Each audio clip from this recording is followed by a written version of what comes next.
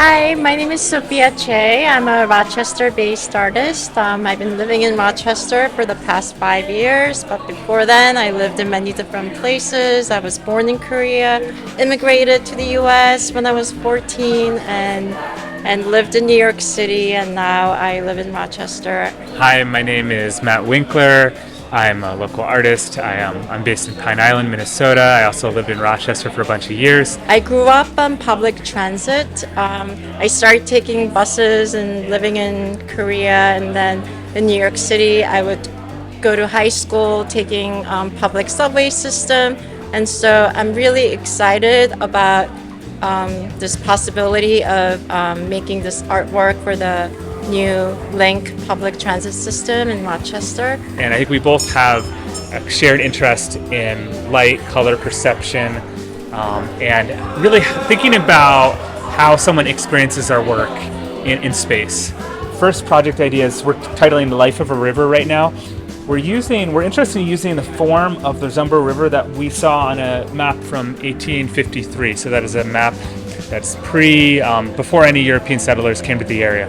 And so we're interested in taking that snapshot of history and placing that into the ground surface of the platforms of the Link system. Thinking about, well, if something existed before Rochester and maybe wanting to learn more about the history of the Dakota people, or think more about the future, well, how could this river exist in Rochester in a different way than it does today? And I hope it will inject play, but also that thoughtfulness in thinking about the history of the city. We want to invite those children who speak 80 different languages at home and say a greeting in their home language. And we want to have a recording of that and have that be integrated in the public announcement system. We want to have just a video recording of their mouth moving so that the mute or deaf community members can also lip read and understand what kind of things are being said. And the third idea is called interaction of color. What we are proposing is to have these clear acrylic panels, so the lights will go through and you can still see the other side, but then you will be able to see different permutations of color depending on where you are standing. So I'm still thinking about that idea of bringing different perspectives, and they will have like a different cutout windows. It will be positioned at different heights. So for a child, it will be at a lower height, and for an adult, it will be at a higher level, and you can look through and then see the color on the other side.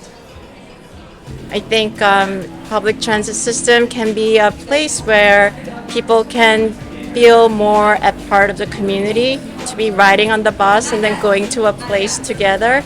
Even though it seems such a simple thing, I think that can bring such a new sense of communities. In my own practice, I'm really interested in the ideas of perception, how we see and how we know, and how we can understand that, how we can believe that something is there. And that relationship is something that really drives my own practice, and how different perspectives can give you different ideas about how the world is. And I feel that in that space that is created by those different perspectives, a new space can be opened up. And for me, that space is like a space for empathy.